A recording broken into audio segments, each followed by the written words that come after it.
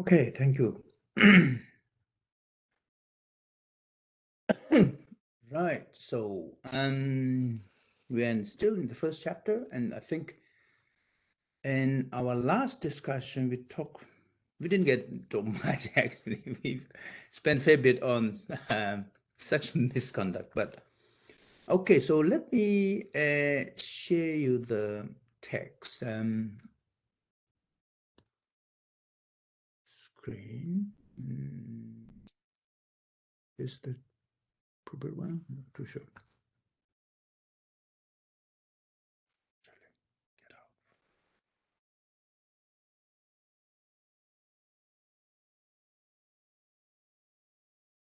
Sonam, it's just sort of amazing to make a comment just on this sutra. It's just so amazingly detailed, isn't it? Yeah. I really found so much.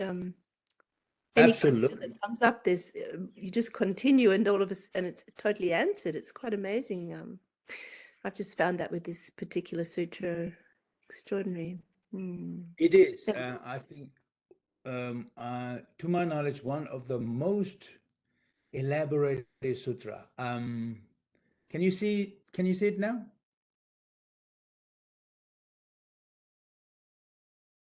Are you able to see the text? Can't hear you. Yes, Sonam, I Yes. can see it. Yes, Oh, great. yes. Okay. Yeah, can see it well. Yes, I think. I mean, of course, 10 virtuous actions, 10 non-virtuous actions. You might wonder why actually text starts with sutra starts with this this discussion, and I think the basic formula is simple. If you look at general Buddhist discussion, Buddhist teaching, remember there are three trainings that any Buddhist, if you're really committed Buddhist, those are the three trainings that that we have to go through. And first training is training Shila or ethics. And one of the main reasons why Shila or ethics or morality considered as the most important or the first training for Buddhists is because morality literally laid the foundation for what is to become, what is to come, and also the present situation that we are in.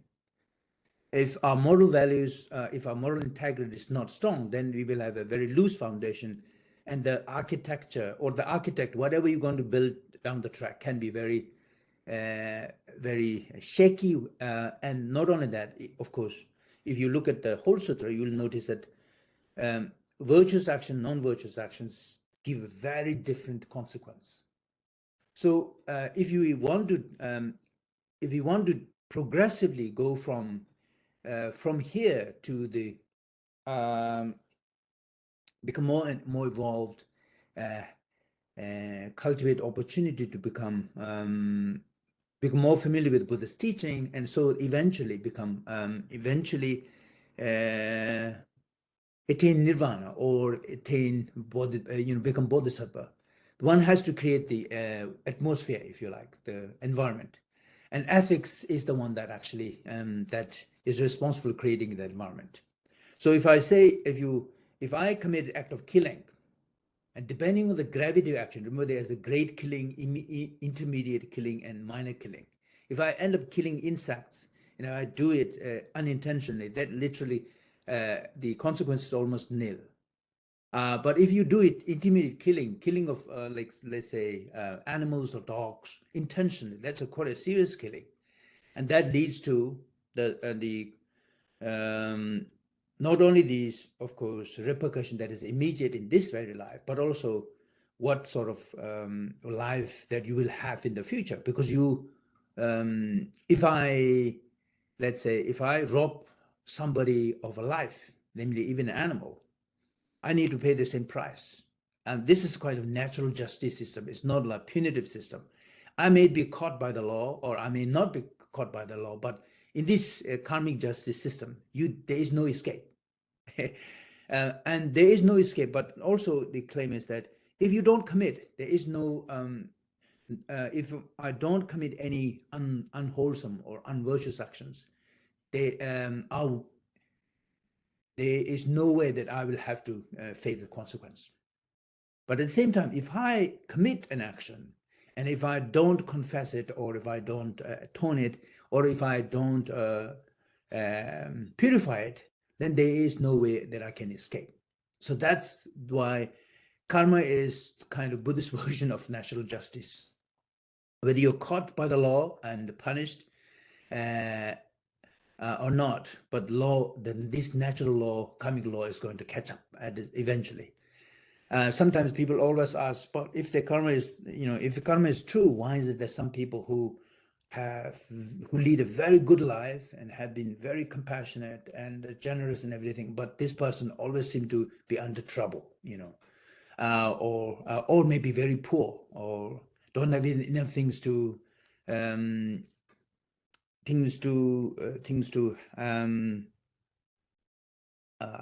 meet even the basic sustenance. Now, if you try to explain everything from the one point of one lifespan, then of course there is no answer for this. It's accident, or you have to say, well, it's just, it's just accident, or there is no answer, or something like that. You have to, because one lifespan does not actually provide answer to just, justifiable answer to this kind of problem. But if you look from the holistic standpoint, life from many angles, many lives, then yes, I think people will say, well, you may have led a very good life this time, but then consequences of the past actions that you have done in the past previously may be the one that actually determining the situation or the context in which you live. So I might be a very good person, but I might always have a trouble of meeting my, even my just basic needs. Poverty. Why am I so poor if I am such a good person? Why is it some people who, who, like, if you think about the gang murderers, people who go on killing, serial killers, why do they thrive?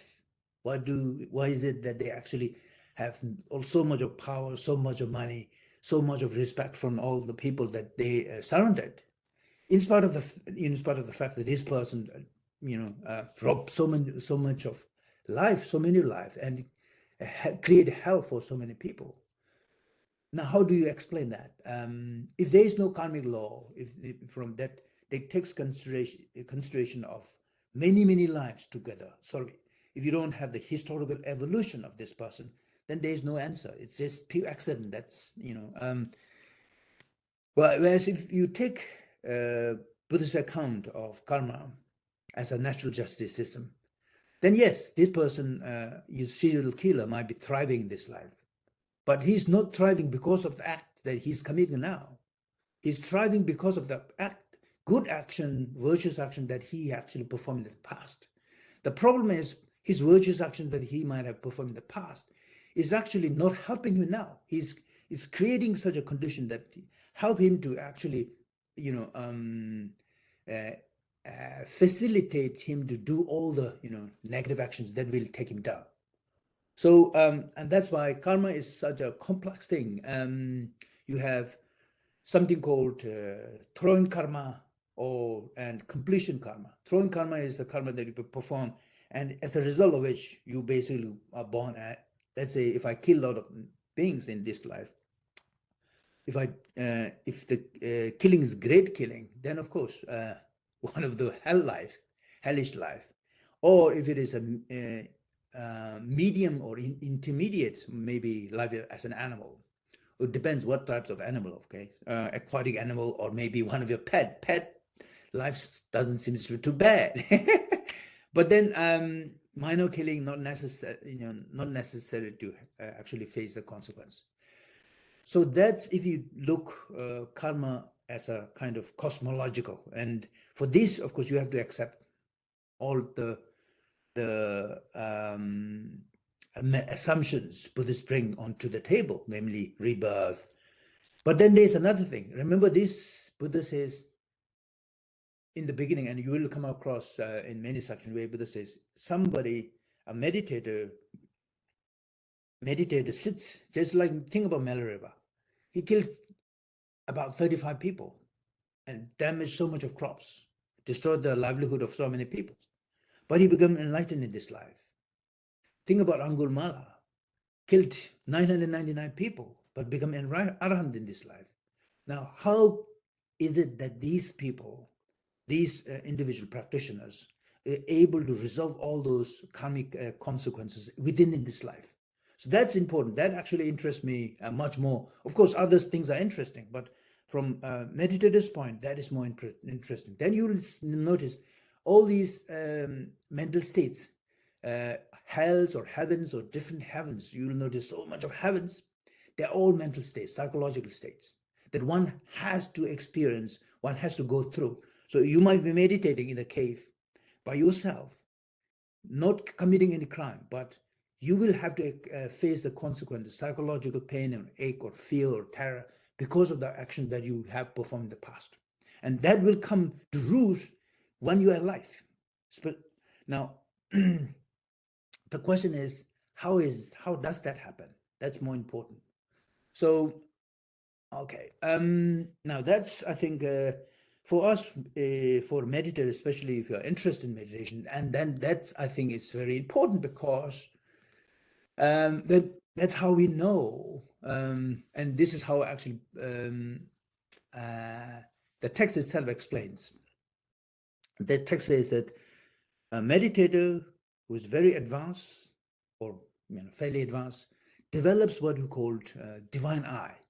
Divine eye is not the eye, the visual eye. Basically, you meditate, most of the meditators, especially like it remains the eyes closed. Eyes don't have, but divine eye is the mental, almost like what you call sixth eye, or I don't know what that sixth eye is, but it's the internal mental eye. It has nothing to do with the visual organs. And when that faculty becomes developed, yes, it is able to see all these different dimensions of life in either in the God's realm, or not on also the existence states of hell being, hungry being, preta, and all this goes. And you actually have to go through this. So maybe let's say if you have created lots of karma out of rage, a lot of anger. So if you have been a soldier, for example, and if you are in the war, your sole goal is to kill, and there's so much of rage and anger and hatred. Now, when you're meditating, you literally see these. You literally see that you are actually carrying the sword, and you are literally out there killing and engaging in the war. All these appearances. So when the karma of your action actually rises to the level of cognition, first of all, what happens is when you sit down, and of course you will notice that so many different types of sensation arises, and those sensations are what you call experience. If you don't commit new karma. Oh, okay. So let's start with this part first. If you sit and remember Tibetan word is nyamsha, meditative equipoise. If your mind is perfectly equipoised meditatively, and you don't create new karma, because if you react either sound, taste, or any experience that comes in the body, you are creating new karma. If you create new karma, then because past karmas won't have opportunity to arise. But if you don't create new karma at all and starve your mind of new karma, then what happens is those minds started feeding back on the past karma, just like a body. So if you don't eat your meal today, you'll be hungry, and eventually the body will start consuming the fats that you have deposit, because it'll go back what you have in your body already, right? Mind does exactly the same thing. And that's what meditator knows. Meditator knows because when meditator mind becomes very calm, quiet, and perfect economist is the mental balance, which basically does not react either to pleasant sensation or to unpleasant sensation or neutral sensation, where you actually are able to feel and understand the changing nature, flux nature, constant arising, passing away. When you actually get to see that, then you notice, yes, even without any reaction, so much of different types of experiences comes about. It could be very blissful sensation, what calls rapture, so much happiness. And that's, remember, those actions, the results of the past actions that are virtuous actions. The virtuous actions give rise to those very, very rapturous, very pleasant sensation that arises in your body. And along with it, now, when it arises in the body, and if you're sitting there, you'll notice that it comes with a certain form of appearance. You are not eyes, your eyes are closed. But because of the mental vision, you will start seeing things. Along with the experience of so much bliss, so much happiness, you will start seeing things. And most of those vision can tend to be, because it is associated with so much of happiness, bliss, tend to be devas, namely gods, different types of gods that have been described. So the virtuous actions give rise to the happiness, but those happiness also, when they rise to the level of cognition, you'll start seeing things, different devas, and then of course they mention almost like archery and so much of mentions different types of beautiful realms. Anyway, that's one way of how karma comes about, how you exhaust, how meditate experience karma. That's one example. Another example, let's say you have lots of karmic karma performed in the past life that has to do with anger. Because if you have been a soldier for defending your country, yes, you might be defending the country, but you end up creating so much of hell for ourselves. And then now, of course, you have to experience that. And what happens? You will notice again, when the mind is perfectly equanimous, maintain equanimity, right? Meditator's job is actually, in the end, just maintain equanimity and observe, right? You're just simply observing, you're not doing anything. You're simply observing, maintaining equanimity, and things natural happens. Then almost like the gas, that almost like you have opened the gas lid, and it gradually, the smokes will come out.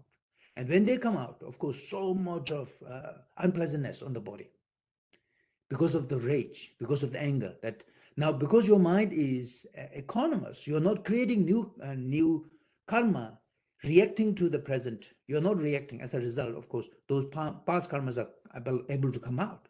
But you have a very unpleasant experience in the body, and you're still maintaining very, very equanimous mind. And then you'll notice that actually, again, you are starting seeing, almost you are in the battle, killing with knives, and you can almost like hear sometimes noise of the, sword. When you watch martial art movies, they hear the sound of the sword slashing, that kind of thing. You literally see these things.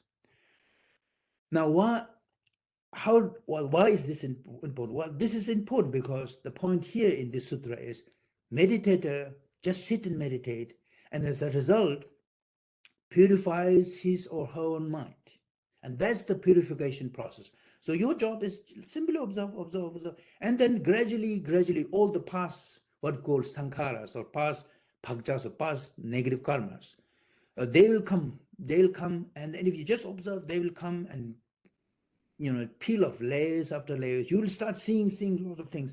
And again, if you create karma associated with a lot of terror, lots of fear, you will end up seeing a very unpleasant experience on the body, but also start seeing snakes or something that makes you scared. Anyway, you will literally see things that makes you scared. And if you observe objectively, just without any reaction, because you are seeing it is anicca, right? Constantly rising, passing away. And you'll notice that you are not fearful at that point. Even though it's a feared sensation or sankhara karma, that is, you are experiencing karma that is associated with the fear, but you are not fearful because you are not reacting. So if you maintain that equanimity again and again, and then of course, gradually those sankharas comes up, and that's how our past stocks becomes gradually weaker and weaker. And when everything is emptied, it takes, of course, many lives, or many serious meditators. Buddha in the Satipatthana Sutta says 7 years. 7 years. You might wonder, wow, I've been meditating for so long. Why not? What happened? 7 years. And he goes from 7 years to 7 days. Serious meditator can actually take out all the neurosis from one's own system if you do seriously. And that's, of course, day and night without losing any equanimity, day and night without losing any mindfulness. So basically, this is at the background. Remember, this is all about Sutra on mindfulness. Mindfulness means mindfulness. And remember, this is mindfulness of Dhamma, mindfulness of mind, or mindfulness of mental content. So when you're meditating, of course, lots of thought arises, thought of anger, hatred, and if you don't react at all, just observe, grounded in your own experience. If you're just visualizing that, it's not going to help, but grounded in experience, then I think these things. So in the end, if readers sometimes might feel very uneasy if you're not used to reading Buddhist texts, because with these hells and heavens, I have no idea what these are. Heavens, I don't believe in the rebirth. Why should these matters? Leave rebirth aside, but be prepared to actually observe, and that's what the point is. If you're prepared to observe, just like a scientist, within your own body, these are the things that one can experience here and now without going back into the future or in the past. Because past is something that you can bring, or even the impressions of karma is something that you can make them manifest here now only when you don't react. And our teacher says, give very nice example. He says, if just as a body, our mind will react the same way. If you stop feeding the body, it'll start feeding on the fats that we have, built-in fats and flesh. And gradually, when that is totally consumed, then our body dies. Exactly the same way, the mind, our mind constantly needs food, and it tends to be thought. And those are thoughts, what we call samskaras. We always think about different things and react, and that's the mind food. But if you stop thinking, right, this is called thoughtless observation, just choiceless, observe just without any thinking. And if you don't feed and give those data to the mind, then mind starts feeding back on the past karma. And then if you give more and more opportunity for the past karmas, and that's actually almost like you open the gas, but the fire is there. If you don't have the fire on the top of the gas, and if you release that gas, then that could be very dangerous. There could be fire explosion. But that gas is so important. That gas is the light of wisdom. It could be light of impermanence, wisdom of impermanence, wisdom of anicca, or wisdom of non-self. But as long as that flame is there, you can let go of the gas, and that flame will consume the gas. And the gas actually that is deposited inside are nothing but our own past sankharas or past karmas. And gradually that flame, remember that flame I'm talking about is within the framework of your own experience, everything is changing. That realization must be there. That changing nature and is the wisdom of impermanence, and also is associated with the wisdom of non-self. And that, as long as wisdom is lit, that fire is there, then you can let go of the gas and release the gas, and gradually, time will come when gasoline is totally emptied. And that's the moment when, all the past stock of negative karmas are basically extinguished. And that's what we call liberation, because now our mind is no longer sort of under the trap of this deep sankhara that operate at the deeper level, unconscious level, because every part of your mind has been conscious. You have literally awakened them. The only way to awaken them is bring our attention, attentive focus, and mindfulness. So at the moment, if you just look at the body, how part of the body that you feel, And when you go to sleep, most of the time, actually, we don't feel it. But the time will come when you actually, the moment you, even you in the sort of, let's say, wake, sleep, and awake, you feel the whole totality of the body, almost as if it's kind of totally vibrating. So then you will start seeing a very totally different dimension. So the point I'm making here is, don't worry too much about the cosmological as if it's kind of different planes. On the one hand, it can be different planes if you understand, but on the other hand, if you understand it is a psychological dimension, then those are the states that one can go through in lifetime that we are. So without even going to the next life. Okay, so I said a lot. I think there are plenty of things that we can talk about. Any questions at this point? Hi, Sonam. Thank you. That was beautiful. So in the end, you mentioned that we could have different types of wisdom to deal with the karma that's arising and to keep mindful. And you said that there is the non-self wisdom and maybe another one. Yep. So does this mean that different people will rely on different knowledge to deal with the past karma? Absolutely, absolutely. But that knowledge is also, of course, sometimes we can say it's a knowledge, and text talks about knowledge based on hearing. So sometimes, let's say, if you might have read in the text, you might have theoretically reflected on these things, and these are very superficial understanding that may actually help to a certain extent, but not depth. Whereas if you actually were able to experience directly, and this is a Pavanamaya Prakya, experiential knowledge is always to do with experience yourself constantly rising, passing away, the totality of your being. You are no longer assuming that you have some sort of I on me, I on sort of unified I, singular I. You're just, from your own experience, that you are a bundle of changes, constant changing and rising. And now, any experience, if it is a pleasant experience, unpleasant experience, neutral experience, they are also constantly arising, passing away. That knowledge is so important, because the reason why that knowledge is so important is because then if it is unpleasant, you won't hate them. If it is pleasant, you won't get addicted or attached to them. If it is neutral experience, you won't be confused about them.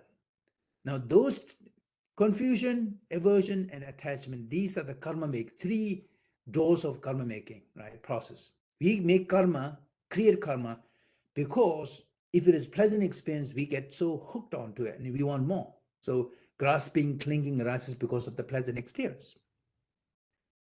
Again, go deep into the body. You have so much of, remember, why is this important? Well, this is important because sometimes if our goal is ultimate liberation from samsara, then we need to also go beyond even some very blissful experience. So if you destined to be born, let's say in Deva realm, God's realm, mostly your whole experience is so very blissful.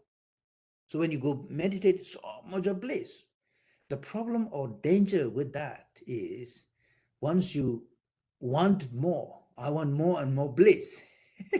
That indicates that we are reacting towards that blissful experience, and that will also trap us into the samsara for the good. You may be able to reborn in devas, but you won't be able to transcend devas, God's realm, because we have so much of addiction towards the unpleasant experience. So that means now, in order to avoid addictive habits for the pleasant experience, one has to have pleasant experience in the body. But that pleasant experience arises because of samadhi, strong concentration, and strong shila. Without shila, without ethical foundation, and without samadhi, even that joyful, blissful experience is not possible. So that's why, I mean, last time we talked about why is it that Buddha emphasizes so much on abstention of, let's say, even sex for monks and nuns, sexual misconduct for lay people. Those body energy or even abstention or celibacy is regarded as one of the most important tool, so that when we abstain from sexual activity, we are no longer hooked or sort of gravitate towards the sexual pleasure. And if you get addicted to sexual pleasure, then unfortunately we won't be able to rise above, because the real joy of samadhi, real joy of meditation comes usually when we're able to abstain those, maintain and retain sexual energy. So the point is, and that's why even the blissful experience of one arises. So then, of course, much deeper, very, very deep experience, blissful experience. Piti, in fact, that's one of the fundamental requirements for samadhi.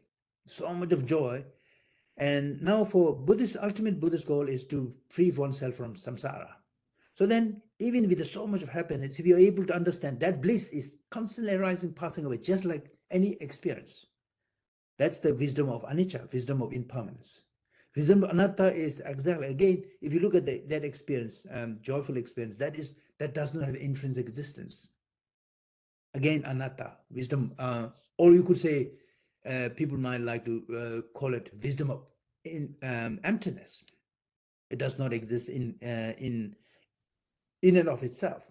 So those wisdom becomes so important, needs to cultivate, and those wisdom actually allow us to observe, retain mental equanimity with respect to any experience that we go through. So that's why I think, yes. And this way they act as an antidote, and in this way we can explain all of these things, whole sutra, from the psychological standpoint, not necessarily from the cosmological. If you, people find it little sort of unease to accept Buddhist cosmological picture, where people, you might think, okay, hell beings are some beings, in existence somewhere, or devas are some up there. Not necessarily. You can experience very divine sort of happiness within oneself. In the same way, you can experience torturous hell within oneself when one has to go through progressively on this path. Okay, so generally you'll notice, of course, there are 10 different non-virtuous actions. I think in itself, numbers of, so 3 respect, 3 in relation to the body. So killing, sexual misconduct, and stealing. Sorry, I got the reverse. Killing, stealing, and sexual misconduct. And the 4 with respect to the speech, lying, slandering, harsh speech, and gossiping. You might ask, oh, what's wrong with the gossiping? I think this looks minor, but I think serious meditator knows how bad and how time-consuming and how terrible gossiping is, because gossiping literally creates so much of disharmony and disunity even within the community, but also takes so much of our own precious time. I think that, and then of course, with respect to the mind, you got covetousness, maliciousness, and wrong view. Now, each of those can be graded, actions can be graded into 3 categories, as Sutra does. If it is with the killing, you can understand them as great killing, sort of middling or intermediate killing, and minor killing, depending on who you kill, right? If the subject of my action is, let's say, Buddha, Arahant, then it's a great killing. Even one's parents, a great killing. Patricide, matricide, they're supposed to be the action that actually take us immediately into hell realm. There are certain actions that you cannot, even within this life, you cannot purify. And they are supposedly also patricide and matricide. One of the example, during Buddha's time, King Ajatashatru later on became Buddha's great friend. He became also Dharma king. But in previously, he was very haughty. But his son, his father, Bimbisara, was already sorry, Prasanjit, sorry, mixing up. King Prasanjit was already Arahant. And his son, because he was thrown badly, he just killed his own father. And as a result, Buddha says that there is the Ajahashastra Sutra, right? I'm not sure maybe if it is translated, but later on he repented so much, and Buddha said to him, doesn't matter, in the end, your fathers and mothers to be killed, don't worry about that. But he repented so much, and he become actually, I think he might be very close to Arahanthood, but he could not attain Arahant fully because of the patricide that he performed in this life. So that means there are certain actions that the consequences you cannot atone, even with the highest sort of form of wisdom. You might at least take in the 2 or 3 lives or even more. But other than that, every other actions, even vicious actions, can be purified within the framework one lifetime if you work hard. Like think about Milarepa, think about Angulimala, 999 people. So if you think about the gravity of the action into great killing, intermediate killing, minor killing, you'll notice that it is the subject. If I say kill people like Gandhi, killing me and Gandhi, or if I kill somebody on the street who is unknown, who makes no contribution to the society or does not make an enormous contribution, well, looks like a hard sort of a judgment, but the main criteria is Buddha, enlightened beings make so much of contribution, bring so much of happiness and joy in some many thousand million people's life.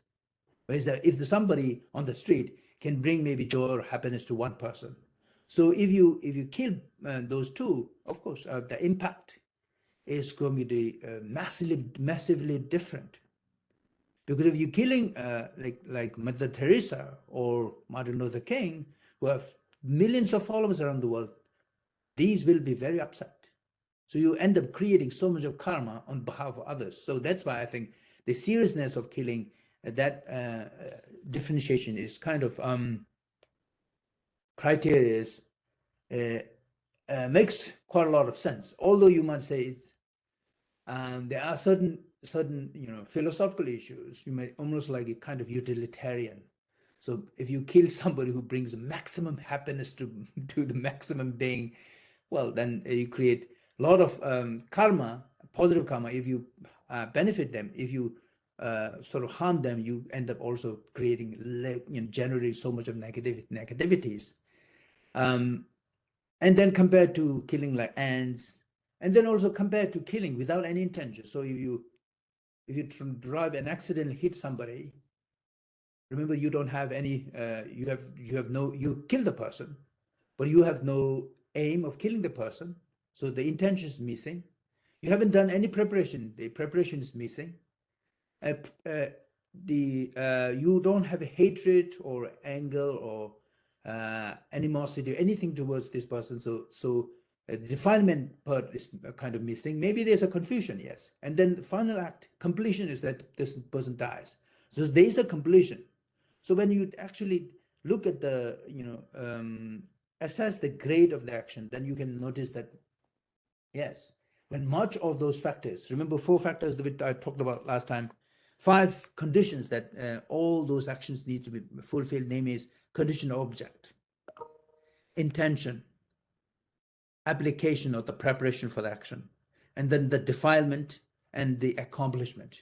Now, if one of those factors is missing, then you will see that if all 5 missing, then of course a very minimal sort of unwholesome action. But if all 5 are present, So if, let's say if I have an intention to kill my neighbor, I do all, first of all, I have a very clear view. There is object, a very clear view of a person. So the object is present. Depending on if she is fully, liberated individual, of course, I will end up creating so much of hell of, karma myself. But then there's a clear intention. Application is putting my intention to the practice. So I'll do, should I look for poison or poison her, or should I, use a gun, or, or maybe hire somebody else to kill? All these preparations becomes application. And then defilements. Why do I, what sort of defilements? Do I want to own her property or house, or what, or is she sort of harming my loved ones or something? So is it because of greed, or is it because of, hatred, or is it because of confusion? Those things are present there. And then, final death of the person, accomplishment. So if you look, use these five conditions to assess an action, you'll notice that mostly Buddhist texts use these 5 conditions to assess the gravity of action. And then if the intention is missing, then actions, unwholesome actions, little less. If there is no preparation, it's little less. If all of them is missing, then if you just say, accidentally stamp on a, butterfly, you kill him, the final accomplish, of course, butterfly dies as the result of your action. But because you don't have any clear object in your mind, because you have no intention to kill, because there is no obvious defilement, maybe confusion might be because you haven't looked to, carefully enough. Then of course, karmic consequences much less serious. So now, why is this important? Because in the contemporary philosophical discussion, especially in the West, people always think about ethics in 3 different ways. One is called utilitarianism, or what you call pragmatism, right? Only action is serious, is beneficial to the extent that that person will bring benefit. So if this person does not bring any benefit, or even cause so much of harm to the community, just like the Nazi state. What about the frail people, mentally unstable? Some institutions are happy to literally get rid of them, purely using utilitarian method. And so you'll notice Buddhism actually is not utilitarian on that score. Another thing, they use sometimes rules, obligations. Good thing, the virtues or action is a good only if you perform out of your, let's say, sense of duty. Well, here you'll notice that you won't see the sense of duty as well. Sense of duty sometimes arises. So if you have your, if your loved ones, your family immediate, of course, there's a sense of duty there. But then the moral drive is not out of duty, because when you feel the duty, you don't have the real appreciation. You feel as if, because I have to do it. Because I do it, because I have the responsibility, I have to deliver that action. Buddhism is not does not promote. Of course, it does promote the sense of responsibility, but the ethics is not driven by the sense of responsibility, or maybe sense of duty. Responsibility might be might be strong in there. And then sometimes pure intention, right? If you think about Aristotle's virtue ethics, if you have studied Greek, what you called virtue ethics is always driven by the intention, virtuous intention. As long as you have intention, action is good, but not necessarily in this case. You may have a very good intention. So if I have a very good intention because I think that, because I believe that sacrificing animals can give them, a heavenly existence next life, I might have a good intention, but then of course that intention is kind of misappropriated or confused.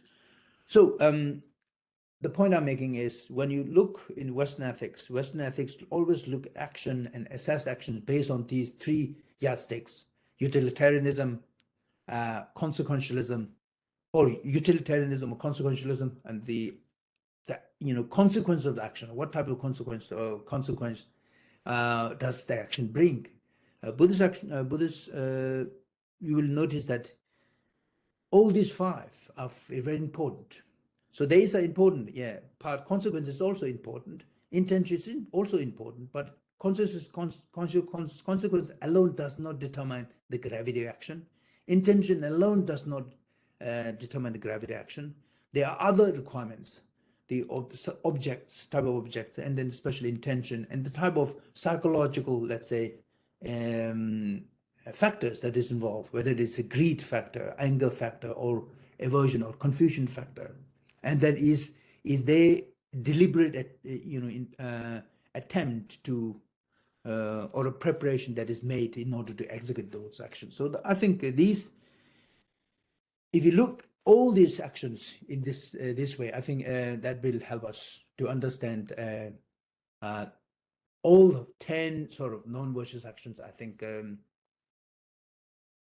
and assess why they are non-virtuous. Any quick questions here?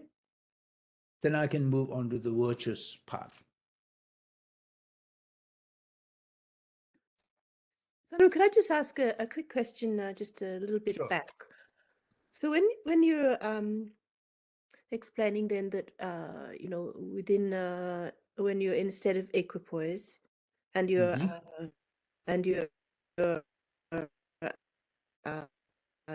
negative karma is being you're negative karma because you're not reacting. Older past karmas are coming up. Sorry, you're breaking up. That in that process, those past actions are being replied. So, happening in that process?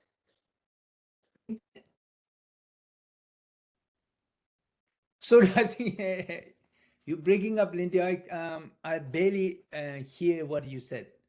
Can you repeat it, please? I can't hear you. Oh, sorry. Is there? Oh, don't worry. No, it's important.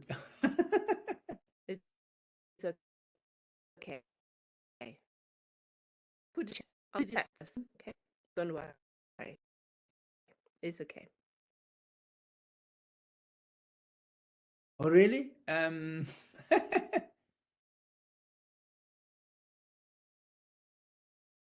Sorry, I couldn't. Anybody? Others have the same problem? Yeah, I couldn't hear. Yeah.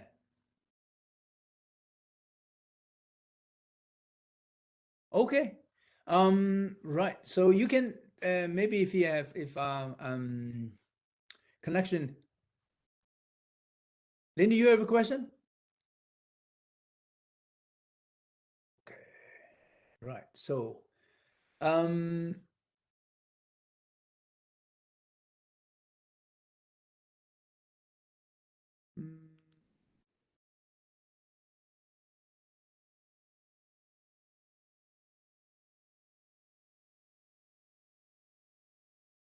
sorry,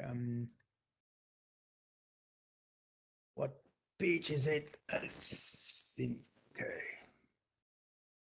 178. I have to move here. So yep. Okay. So I think if we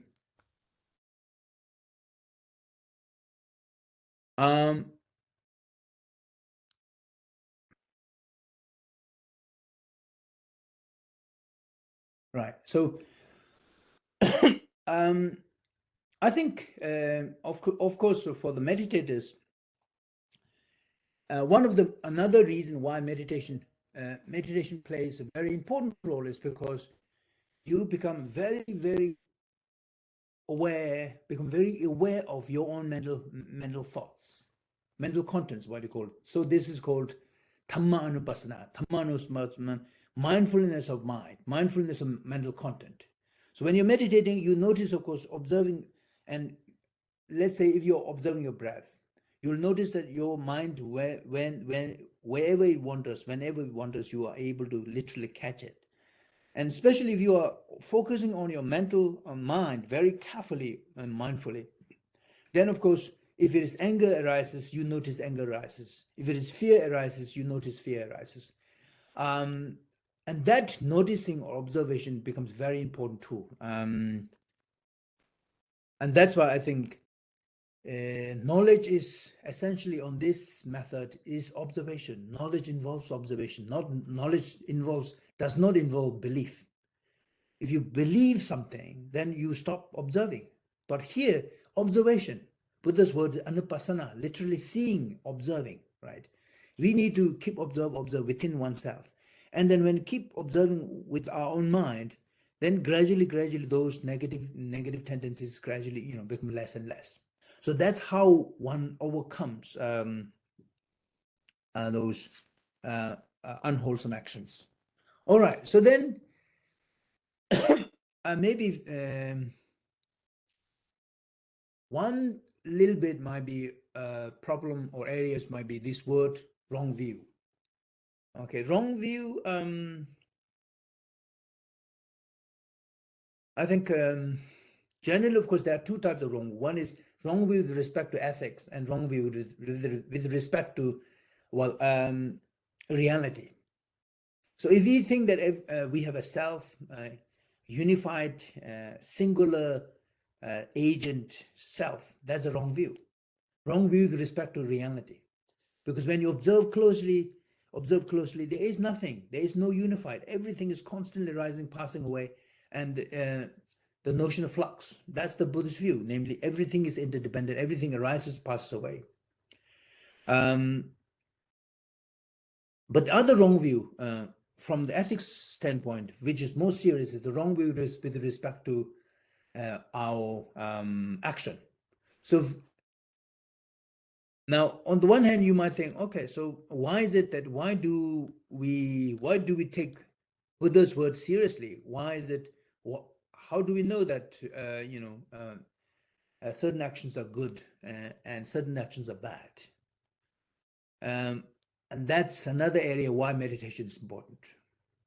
Because then, when you observe yourself within your own framework, you notice if anger arises, you know whether that anger that you gave rise to, whether it is nurturing or whether it actually brings happiness or suffering.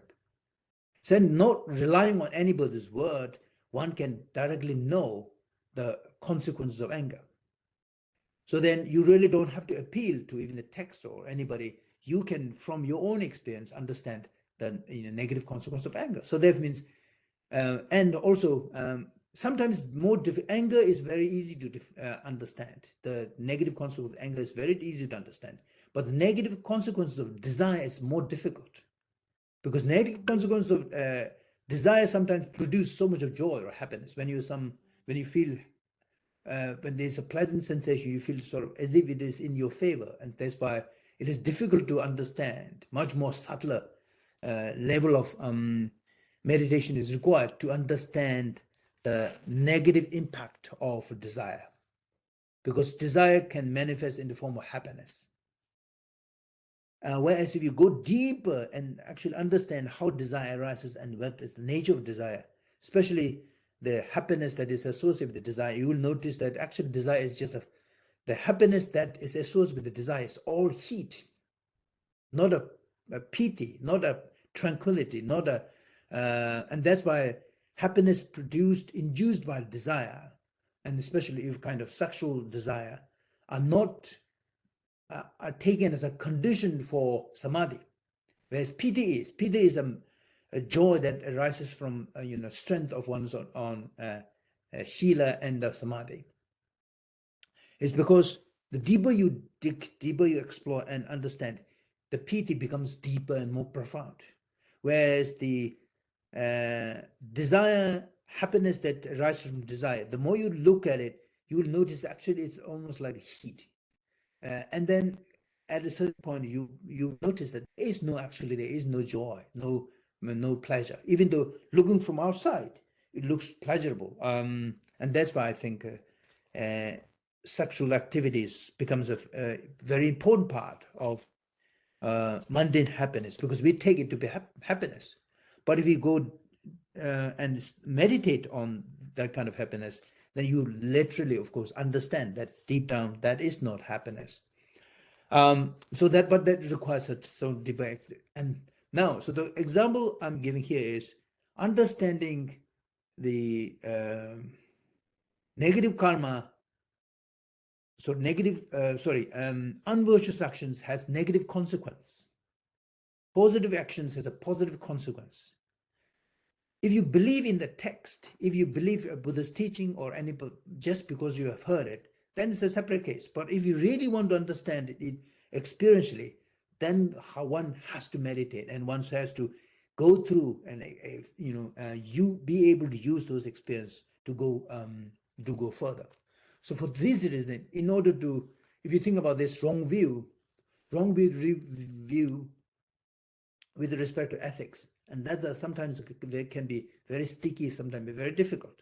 But if you are prepared to observe and experiment within the body, I think it's a very sort of a simple, because then from your own experience, you notice that anger gives no joy. And you, from your own experience, also desire has a very, very negative consequence. But if you have to rely only on the text or just purely teaching that we heard, even philosophically, then I think they can be very difficult to overcome. That's why wrong view can be very, very tricky. Okay, so yeah, here there are two kinds of wrong views: those that accept the existence of conditions and those that deny karmic actions and results. So if you look at the most of contemporary, even the science, they totally deny the karmic consequences, because this cannot be explained mechanically. You cannot look karmic consequence under microscope. Unfortunately, you can't see it. It's the relationship with karma that you perform. Let's say if at the moment, if I'm observing here, and I have so much of hate, that hatred basically gives rise so much of unpleasantness on the body, and that is the karmic consequence. Similarly, if I basically meditate on the loving kindness, meditation on loving kindness and giving rise to loving kindness gives so much of joy and sort of a sense of relaxation. These cannot be observed under microscope. So science has no idea how to explain ethics. But precisely because of that problem, and you can notice that most of the tradition also has, I think, a kind of shallow explanation, and that's why either you just take consequences the most important, or the intention in the case of Kantian ethics or duty ethics the most important. And then even if you look at the Aristotle's ethics, about virtuous, so-called virtuous thought. Okay, now, so should we have a break, 5 minutes? Sonam, I just had a quick question about Yes, that please. section. Yeah. Is there two kinds of wrong view, those that accept the existence of conditions and those that deny karmic actions and results? To accept conditions is to claim that all happiness and suffering is the result of actions carried out by oneself. Mm-hmm. But isn't that acceptance of karma? To accept conditions is to claim. They seem to be contradictory. If you deny karmic actions and results, well, you're saying that happiness and suffering isn't due to our own actions. It's the claim that all would be accepting conditions. Yep. Okay. To deny the action and the result is to deny the relevance of generosity, etc. Thus, it's the base of 10. Okay. Yeah. This actually does not go a little deeper, but I think one of the explanations, so let's put this way, sort of sophisticated explanation is, if you take that all your actions necessarily needs to karma. All karmas are necessarily arises one's own action. You could say, I mean, to a certain extent, you can take it as an appreciation of karma. But then, on the other hand, if you believe that all actions leads to karma, then even the actions committed by Buddha and Arahant also would accrue karma. And if that's the case, because they remember they create action, if that's the case, then they won't be able to escape samsara, because karma is the one that literally traps us within the samsara ground, and karma is the one we created only when we are confused, or with anger, aversion, or those three psychological states are present. Buddha performs, Buddha acts, Arahants acts, but they don't create karma. Why they don't create karma is because they do not act under the compulsion of greed, hatred, and ignorance. So technically, the performance are action, but they are not karma-making action, right? So that's one thing. I think that nuance, you could say, give that a little bit nuance. But on the other hand, also if you say that any action that you commit must necessarily lead to karma, then there is no escape. There is no freedom from samsara, because just like that, even the Buddha and the Arahants would be also caught within samsara, because after all, they act. They always act. They are in fact much more active in that sense. So that's why to accept conditions is to claim that all happiness, suffering is the result of actions carried out by oneself. But that's talking specifically about happiness and suffering. It's not saying that, everything that happens to you is the result of previous actions. But whether you experience happiness or suffering, I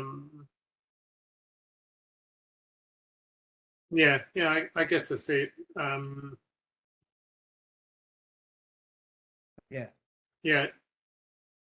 Your previous actions doesn't compel you to experience happiness or suffering. So, because this word, happiness is a little bit broader. So if you think about actions that is performed by Buddhas and Arahants, they perform actions and that will lead to happiness, especially nibbanic happiness. And that nibbanic happiness, of course, in order to attain nibbanic happiness, each individual has to perform, right? But it is a technical happiness, but it is not happiness that is driven by the karma. So, because karma, it's not a karma, it is not produced under the context of karma making psychological states. I think there is maybe I didn't look Tibetan close enough. I think there might be another philosophical issue. That's, remember, if you in Buddhist causation, 4 things are denied. What are 4 things that are being denied? It is denied that things can arise from themselves. Nothing can arise from themselves. That's the word called self-causation, right? And then things can arise from another. If cause and effect are totally okay, when they say things arise from themselves, basically, if the cause and effect are identical, then according to Buddhist philosophy, it is not possible for thing to arise. If cause and effect are totally distinct, they cannot lead to effect. And if cause and effect are both distinct and the same, that also has no causal efficacy. Hmm. And if cause and effect have no relation whatsoever, what do you call it? Nothing. Well, without causes, it's not possible for the effect to arise. So I think maybe what is being denied here is the idea that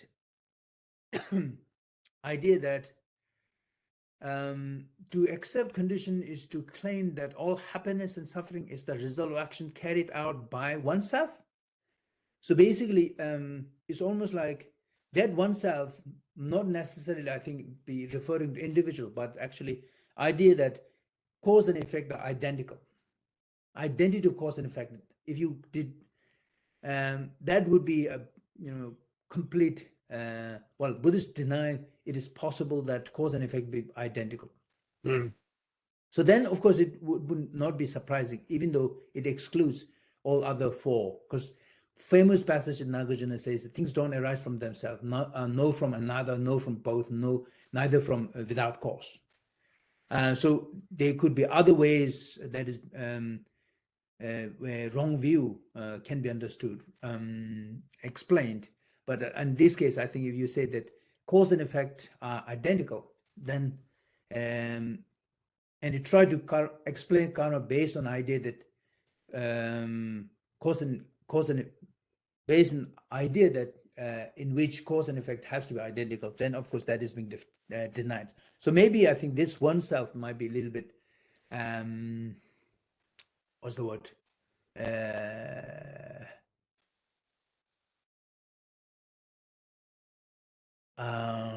Interpreted in this way. Yes, Alison, you got your hands up.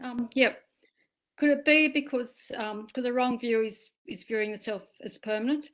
So could it be that because you're seeing cause and conditions are carried out by oneself, you're seeing yourself as permanent, therefore you're only looking at this one life because it's permanent? So that's the wrong view.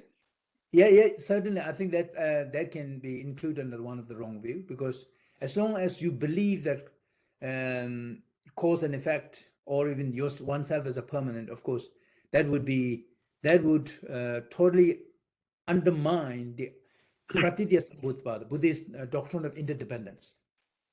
Even to believe that cause and effect are identical is undermines Buddhist idea of interdependence. If you believe the cause and effect are totally distinct, that would also undermine the theory of interdependence. If you believe the cause and effect are both distinct and identical, that is the view of what they call Jainism. Also, that undermines the doctrine of interdependent origination.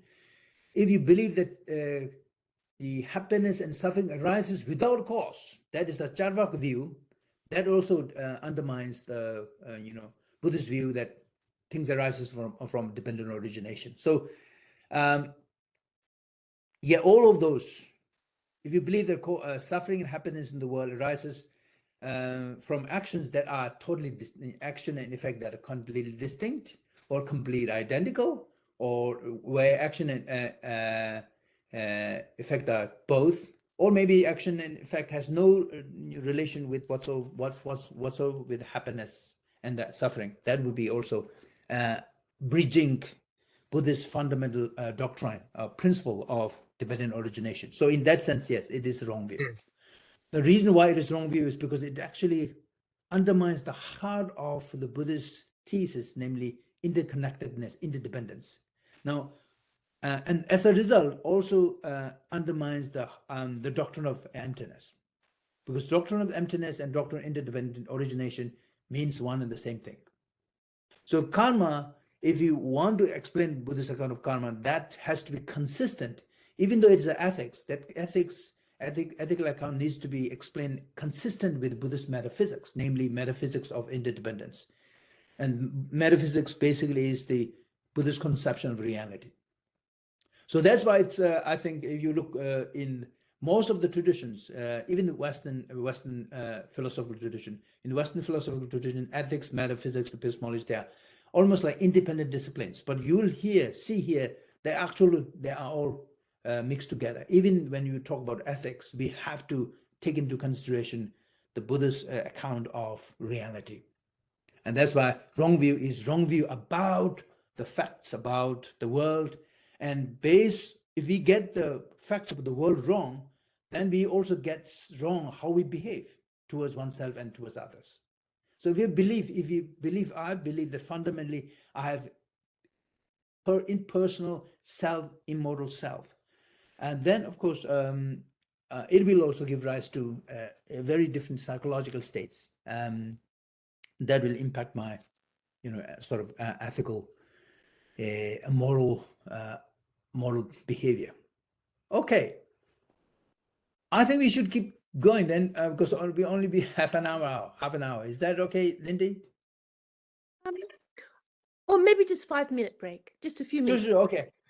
You're right. Okay, please. Sorry, you can take a little breath. We'll be back in a few minutes. Thank you. Sure.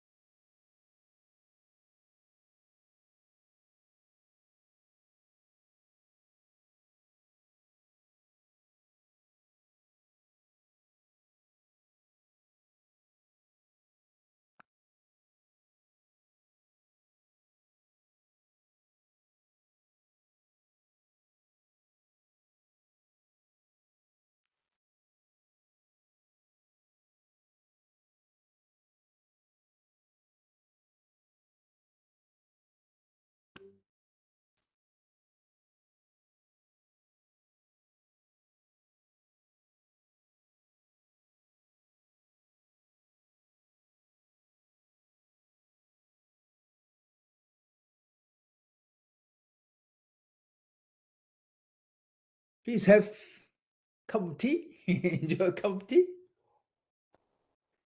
Thank you, Sonam.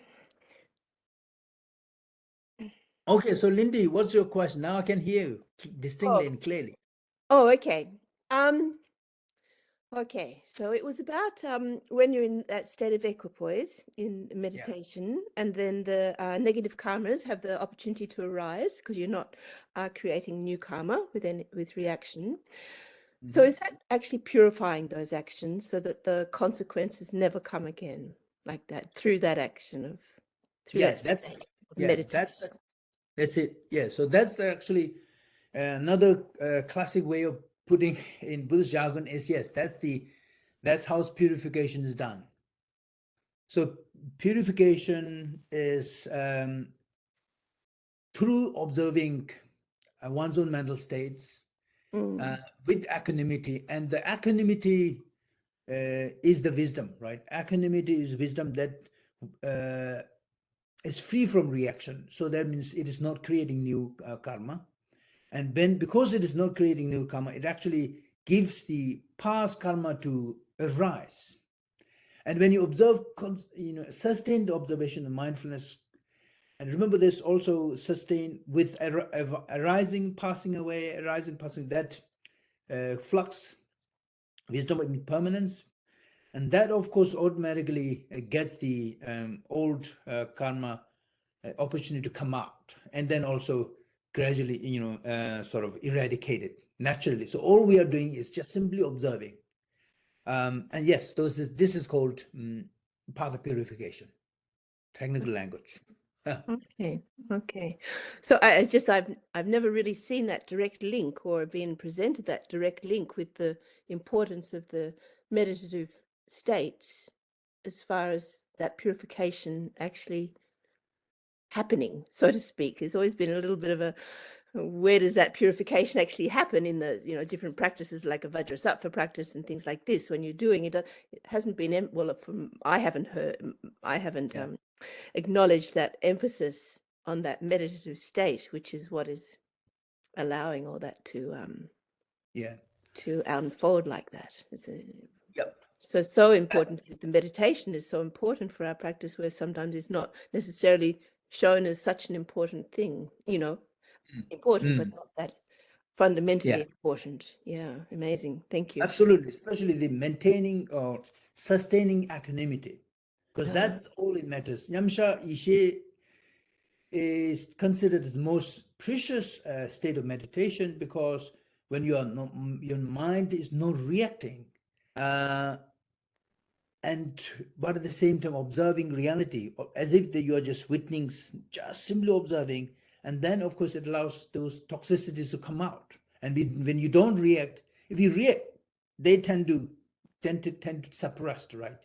They go deeper and then tend to become even stronger. But you just allow them to come about, then it's almost like you are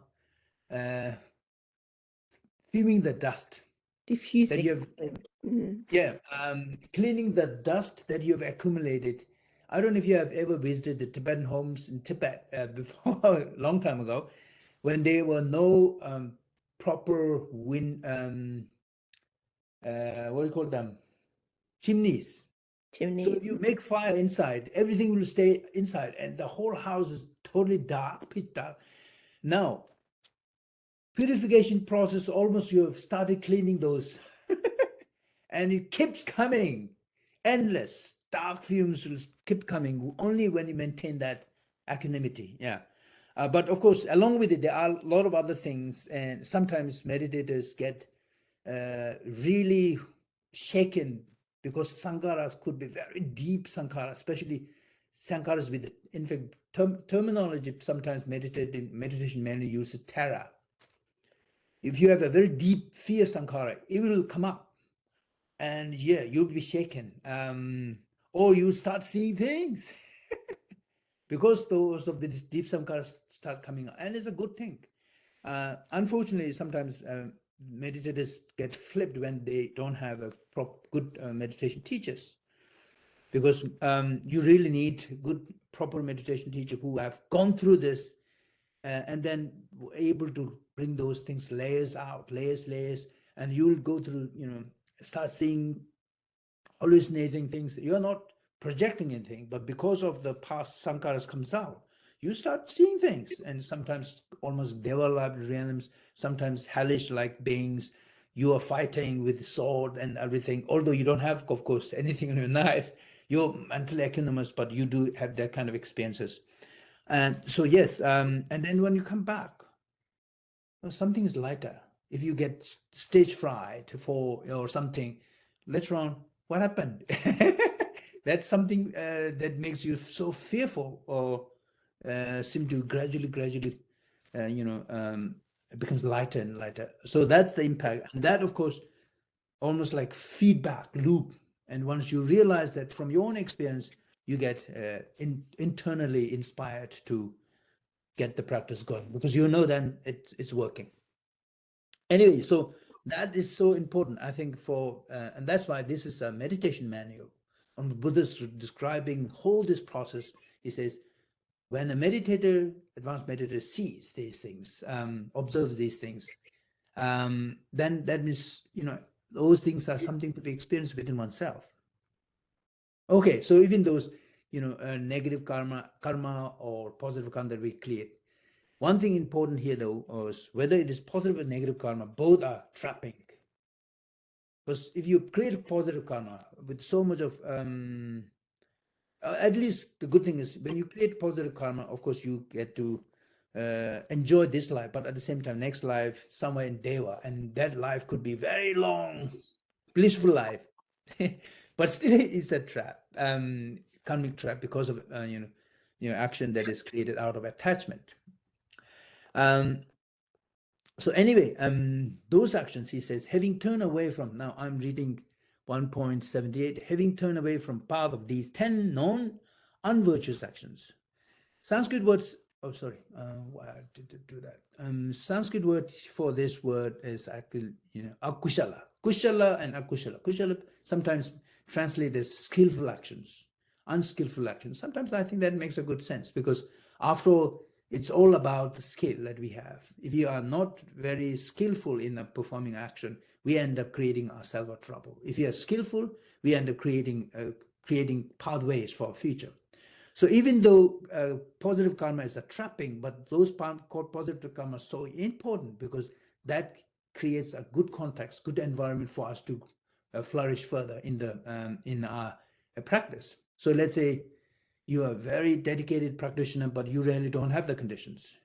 You don't have a place to stay, you don't have food, and then you have to constantly go out there and beg for food. Something's good, but something's bad. So the karma, a positive generation of karma, is important too, because to lay those positive foundations for our own practice even in the future. So that's why act of generosity, or helping other beings, or sharing one's beings, help other beings as well. As a result, your intention might be to help others, but of course the repercussion is also because remember, this is natural justice systems. Nothing goes wrong. Once you invest something, it has kind of invest wrongly, or let's put this: if I invest wrongly, if I hate animosity, I will have to face the consequences. On the other hand, if I invest with certain goodwill, that also never get disappeared. So it kind of returns back in a different ways. Okay, so how does one instead engage in the defiled or undefiled acts? Spiritual practitioners who carefully observe. Now, this is here and what I was trying to say. Spiritual practitioner who carefully observes inner phenomena, means one's own mental thoughts, right, or the content of mind. That's what it is. Dhamma anupassana. So that when a practitioner who carefully observes inner phenomena sees this either through knowledge derived from hearing or by means of a divine eye, that eventually one has to, meditator has to develop this skill. Divine eye in the sense of ability to see things within oneself, right? Because that's the most direct convincing. Unvirtuous actions lead to bondage in the cyclic existence and exhaustion of dharma. Because unvirtuous actions, those unwatched, 10 unwatched actions not only creates suffering for us in the existence, samsara, but also leads to exhaustion of all the good merits that we have created. Whereas virtues, on the other hand, is what causes liberation. So here also, remember, the virtuous actions causes liberation, not necessarily directly. So if you, let's say, if you positive, if you are very deeply attached to samadhis, you're meditating, and if you love meditation because it gives you so much of joy, so strong in attachment, that can give you birth in the realm of gods or divine devas. But that can cause, they can facilitate, as a facilitator, right? Just create the good environment so that next time when you really meditate and wants to attain nibbana, then that can become the cause. Giving up killing gives freedom, right? Yeah. This is important, I think, even for everybody, suppose. Freedom from fear to all the beings in the cyclic existence. Now, why giving freedom? Giving up fear, giving up killing is virtuous actions, because it actually literally frees every beings from the fear. So if I like killing, if I'm, let's say, person who always travel with a gun, everybody who comes and associate with me would be very scared, fearful, right? Whereas if people know that I'm kind of disarmed from within myself, I don't believe in violence or committed non-violent person, then yes, of course, people will not be scared of meeting me in person. So that means people liberating or giving the freedom of the fear for individuals. That's what it is. That's why it's so valuable. One will be praised in the present life as a result of giving freedom from fear of other people, have a beautiful countenance. Now here this is stuff, right? So Buddhists, you might find interesting. Why is it that some beings are so beautiful, almost like made up somewhere in heaven? Why is it some of us so ugly? Or they may be born to the same parents, in the same parents with the same situation, maybe even some twins. One is so beautiful and so, loving. The other person is so terrible, horrifying, and just, I mean, they ask people such situations. What would be the answer?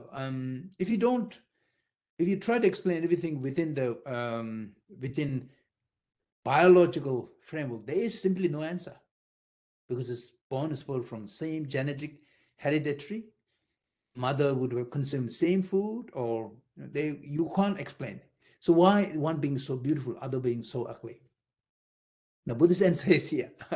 Because you gave the birth of freedom, fear for lots of beings. And all it is said, the Buddha was such an attractive person that everybody falls in love with him, especially women. Oh, you shouldn't be saying that, right?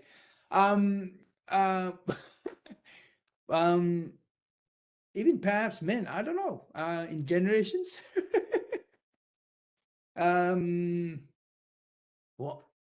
The justification here is because when you give freedom from fear and so much of joy, then it is joy giving, as a result of giving joy, giving them the freedom of fear, animosity, because fear and anger, remember, we know that anger always destroys our look. We know that whenever we are angry, our countenance or our features look so terrible. So in fact, Buddha says one of the bad karmic consequences of anger is the bad look. So if you want to have a very pleasant, beautiful face in the future, yeah, or maybe in the next life, yeah, it is. So have a beautiful countenance, enjoy bright faculties, and carry out acts that engender longevity. Makes sense, because if you basically free other beings from fear and give them life back, rescue them from the death trap, prolonging their life, it makes sense that person who ever does it will have a long life. Those who day and night protects even the harmful creatures such as rakshas, pishat, and yeah. So I mean, there are a lot of other interesting things by just avoiding the act of killing. Why is this important? There's another thing here, and that, of course, again, act of saving life can also, we can talk about this experiences, minor, intermediate, also maybe grave. And 1.8, life is the root of all qualities. Hence, protecting life is a gift that grants all forms of happiness. And remember, last week we talked about also Buddhist perspective on the abortion or suicide, those things. So here, of course, it's not discriminated, but life taken as a precious. Hence, protecting life is a gift that grants all forms of happiness, among all forms of generosity. Among all forms of generosity, the mental state of wishing to give life is supreme. So on the one, I mean, this is the mother. A mother has this precious gift they can give. No man can do that. Among all forms of discipline, the discipline of giving life is the supreme way to gain rebirth in the higher realms.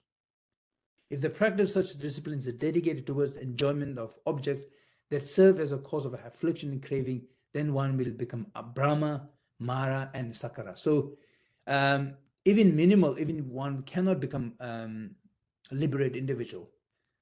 Remember, the Brahma and Mara, the Mara you may not necessarily want to be, but who knows? Mara doesn't look very attractive.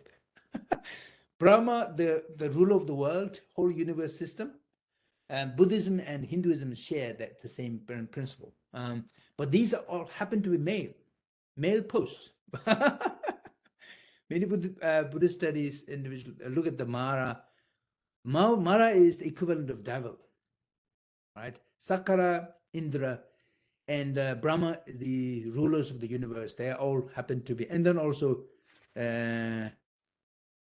four-wheel turner monarch, and then the Buddha who actually always discovers the technique. They all seem to be kind of pose belong to the male. People studied that exactly, and I'm not sure if there's any satisfying result from the contemporary, let's say, gender studies point of view. One possible answer that I can give you is because these are all kind of culturally defined. So in India, for example, it's like very patriarchal society. And if you are fully enlightened, even if you came out and a female form, if you are not, unfortunately, if the society does not kind of, society has that kind of convention to look down, not necessarily look down, or don't put that much esteem to female figures, then that the ultimate goal that you want to serve wouldn't be met. So that's why I think even when you look at Buddha's biography, he checks before he decides to be born in India. He checks what caste system would be the most suited, and usually choose Kshatriya. Those are the, I think, pragmatic reasons. Pragmatic reasons are mostly governed by the social conventions. And let's say in Australia at the moment, we haven't yet, well, we kind of, Julie Gillard, the first prime minister, female prime minister, but she didn't last long. We might have lots of, female leaders who are highly capable, but if the whole society does not take those leaders seriously, then yes, I think even though they have so much of capability to make the contribution, unfortunately they can't put those contributions in place. So if the Buddha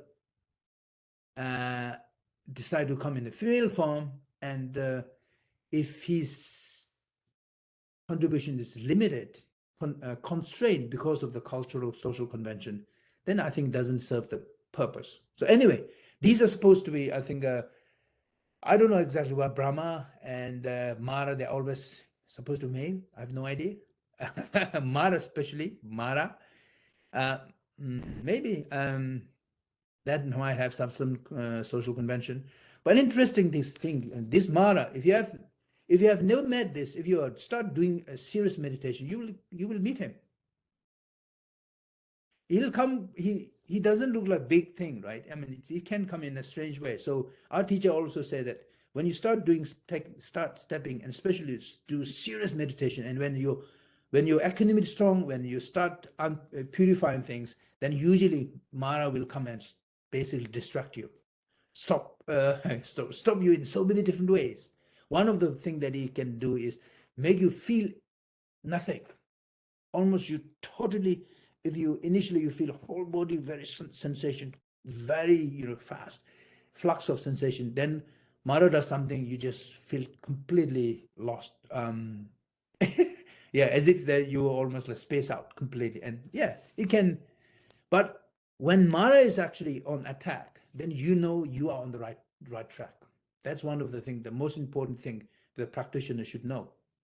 Mara does not attack when the practitioner is just all over the place, because he knows that he doesn't have to intervene, because every meditator is all over the place.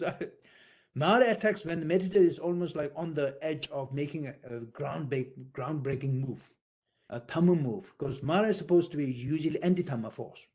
So when there's a very strong Dhammic force and almost making a breakthrough, then Mara attacks. One thing that you should take sort of pleased about it is when Mara is actually on move, you know that you are on the right track. So then your challenge is because then you have to be very vigilant. Even day and night, you may not get sleep, because the moment you dose of little bit, Mara will take that opportunity and to knock you down. So it will create a mountain, like when you're looking at the sankhara and peeling off, start purifying, and then Mara does something, and you get your remember equanimity get disturbed. One of the most important challenges Mara create is disturbing your equanimity. So that Mara, don't think it's some sort of big Mara with the horns on his head. No, it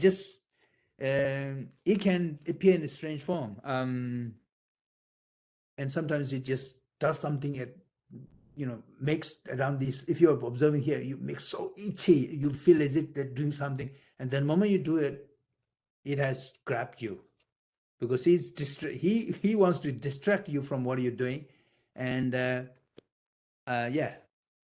So this is, I think, I never knew concept of Mara before I start doing serious meditation. But yeah, it actually incredibly sort of strong. Alison, you have a question? I was just going to say I had Mara visit this morning when I was trying to meditate. My dog, she wanted to go inside, outside, inside, outside. And I started feeling angry, and I thought that's Mara, so I had to breathe through it and stop the anger. That's good. So, yes. Yeah. Turns out Maras are not something that actually externally exists. Turns out Maras are our own inner forces. Anger. Yeah, exactly. That so then, but the sign is that when those comes, you have to be extra vigilant. So make sure that. So of course, your Maras makes you sometimes frustrated, depressed, and sometimes feel as if totally you lost the track when you're working hard, and then all of a sudden Mara creates something, you get distracted, and then of course when you notice that actually Mara is attacking you, namely your own inner forces attacking you, creating the obstacles, meditator has to be even more vigilant. And the good thing is that I think that you are on the track. I think that's very important, because and when you do that, then of course you'll notice there's a what's the word? Almost a very major breakthrough is about to happen. And you'll see the major, Mara is just on the move and all over the place, almost like restlessness. It's doing all sorts of trying to create so much of chaos. And then persist your equanimity, maintain equanimity without disturbing, without being disturbed, maintaining equanimity, then you will notice that yes, there is almost like an enormous explosion. Our teacher called storms. Those storms can be very, sometimes they're very perplexing, because if you have to experience those storms, because otherwise, if you don't experience those storms, they are just like volcanic eruption, major volcanic eruption. And if you maintain equanimity, though many of those small volcanic eruption will happen, but the problem is when such a volcanic eruption happens, when such a deep psychosis of terror or fear or lust or passion, usually your equanimity gets shaken. And Mara's job is to make sure that your equanimity gets shaken, or and so then when your equanimity is shaken, you stop your ability to purify your mental process, karma, that stops too, and then Mara becomes victorious. Whereas if you can maintain your equanimity without allowing anger to penetrate your mind, aversion to penetrate, fear to penetrate, even though you will start noticing so much of sort of appearances bombarding you, sometimes very scary, then of course I think meditators still can go stronger and stronger. And I think at a certain point, Mara sort of, if you maintain your equanimity, Mara gives up and then does something and then just sort of sleeps away. And then it won't come for some time. But when there's almost like a breakthrough, then you will notice again it's dancing. And when it's dancing, you have to almost like put more equanimity and sustain it. And if that case, sometimes you may have no sleep for whole night, for whole 24 hours, because if you little dose off, that's the moment when Mara attack. Little bit of distracted Mara attacks, because the moment is when you're feeling whole of your cycle, whole your body and mind, complete like flux, almost like fast changing phenomena, and you have to maintain that. And this is called sthit pragya, right? And then you will notice that Mara basically has no way to attack. Because that's the wisdom of impermanence. Wisdom of impermanence is such a strong antidote against Mara. The Mara get almost like puzzled. Anyway, so Mara story is an important thing.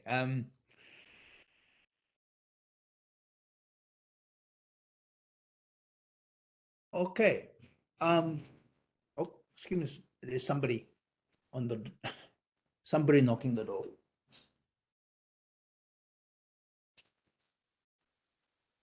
Oh, it's Jensen there. She's asleep. Oh. No. Oh, I'm sorry. I'll come back now. Okay. Yeah. On.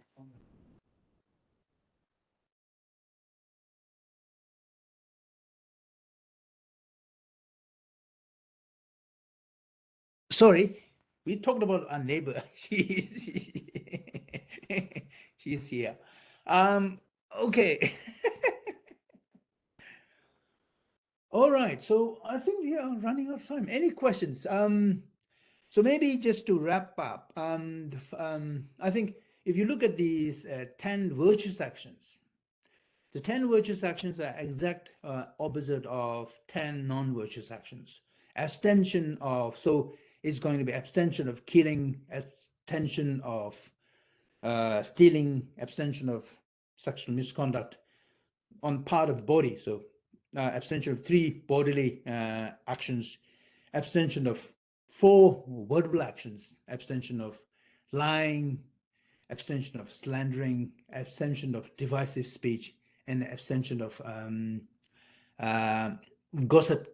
gossiping, and then 4 actions with respect to mind, namely abstention of covetousness, abstention of malicious action, and the abstention of wrong view. And the 4, the mental actions are much more difficult. How can you straight away stop malicious thought? Not easy. how can you straight away stop greed, coveting something? That's not easy. But if you're meditating, then it's easy. If you're not meditating, because if you go into, let's say, if you go into town and shop around, right? Eye shopping, what do you call them? Window shopping. So you also go into the town, lots of shops with so much of things. I wonder, oh, it would be good if I have this car, that car, and so much of like, this is coveting, right? Automatically, almost, because they become so intuitive, it's very difficult to stop. Whereas if you start meditating, right, and start observing your thought, then it becomes very easy for us to detect whether our mind is coveting something, greedily seeking out something, or whether mind is being malicious, having intention to ill will. For this reason, I think, although of course this kind of discussion, reading is helpful, but I think sitting is very important, because sitting allows you to watch your mind straight away, almost like if you sit and observe without any reaction, your own mind. It's called Dhamma Anupassana. And Buddha advises observe mental content within mental content. The formula goes like Dhamme Anupassana, Dhammesu Dhamma Anupassana. Dhammesu, observing mental content within mental content. In a sense, you're not wandering or isolating or visualizing. You're looking within the framework of the body, but also observing those thoughts within your own mind. So I think that's very important, how we can stop mental action, physical action. So if you have a difficulty stop abstaining those mental thoughts, then also it's difficult to abstain from verbal thoughts, verbal actions. Sometimes verbal actions becomes automatic. So if you, let's say, whenever you notice, whenever you are a little angry, it's most likely the words that comes out from your mouth will be a little unpalatable, at least for the person who hears, because anger triggers those unpalatable words. So it could be abusive language, angry language, not very palatable. And then, of course, if you do something, you may throw something onto somebody else because of anger, hatred. So yes, I think that's, in that sense, for the meditator, it becomes so easy to manage. But then sustained meditation is important, because after all, the sustained meditation allows us to go to the root, so that when the root is shaken, then our actions, our physical and verbal actions, are no longer governed by these unconscious mental states. So anger does not somehow rule out how we. So then, and that's why I think from practitioners, the real change, transformation at the deeper level is much more important. And that from there, the abstention. Because otherwise, if you just, even if you're very angry, let's put it this way, if I'm very angry and I just simply didn't use the word, but so much anger, almost like smoke is coming out from here, I simply didn't use the words. And maybe there is no verbal abuse that is being used, but there's so much of mental hatred and ill will. So for the meditator, the most important thing to address is the psychological inner, what we call harm that we inflict upon ourselves. And once that is addressed, then I think we know that from our own experience, we do not use words lightly. Or at least we don't use words, angry words, hatred words, word of abuse, word of slandering lightly. Those things are deeply motivated. And remember, the karma-making factors, those are intention, and intentions are influenced by the roots, psychological roots. And for the meditator, the most important thing is we have to go to the level of our psychological states. And if we can't reach that psychological states, all our solutions are going to be surface level. Anyway, I think, of course, we didn't get to go, I think, read text quite a lot, and I hope you got time to read those texts. But we did, I think, get enough time to discuss so much of the important things. Okay, so next, in the next section, I think next reading, so I think we had enough time to talk about these 10 non-virtuous actions and virtuous actions. Do we need more time on this? Can we move? Can we move on? I think we can move on. Okay. Yeah. So in that sense, for next, I think next section is going to be fascinating. I don't know whether, because this is about the mindfulness of, experience. Let me check. It's so next chapter. So this is going to be chapter 2. Okay. Oh, what happened? Yeah. So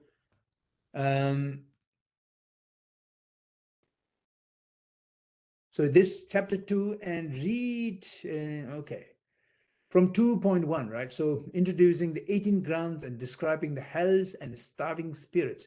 The title doesn't seem to be very palatable anyway, but that's the nature of the text. But I think that we want to find, I think there are lots of, for meditators, there are so much of jewel in this, and we might not be able to go all of them, but I think there are lots. So first ground, please read first ground.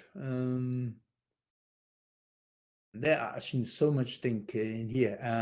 Second, okay, so, and we will talk about actually here the importance of experience, and also doing deeper level, the structure of our body. What is it? 5 elements. Okay. Remember here, seeing the reality. So third ground, maybe. Okay. Fourth ground.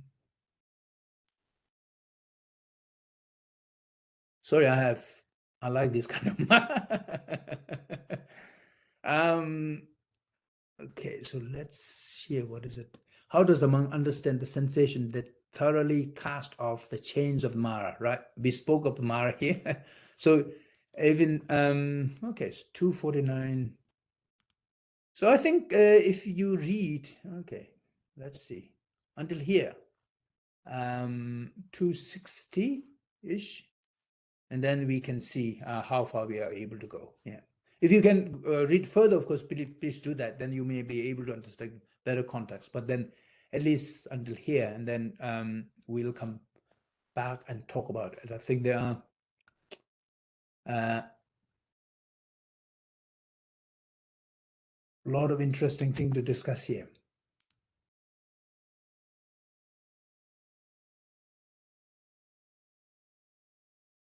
Okay, thank you. Thank you very much, Sonam. Thank you. So did we want to conclude with a short dedication? Yeah, sounds good. Okay. You can hear me okay? Yeah. So maybe we just we can do the Shanti Deva's dedication. Yeah. Okay.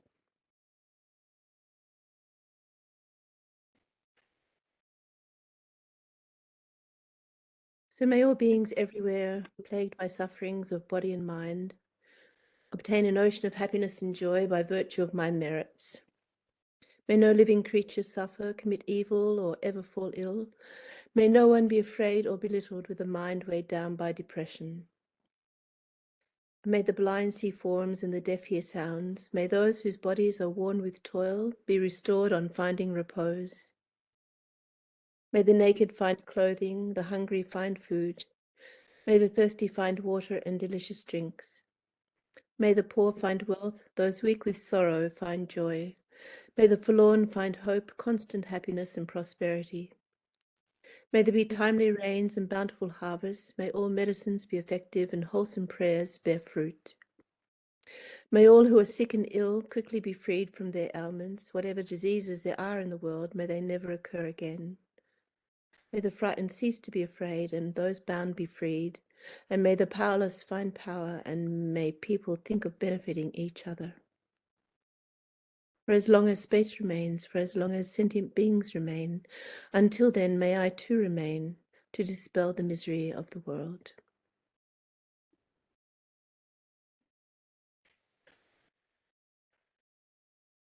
So thank you, Sonam. Thank you very much for another wonderful session. We look forward to the next. Thank you very much. Thank you, Mhm. Sonam. Thank you. Thank you, Lynn. Thank you, Sonam. Thank you, Thank you. Sonam. Thank you. Thank you. Thank you, everyone. Thank you. Have a wonderful Saturday. Thank you. Yes, nice and sunny, so you should go outside. Thank you. Come out here. I think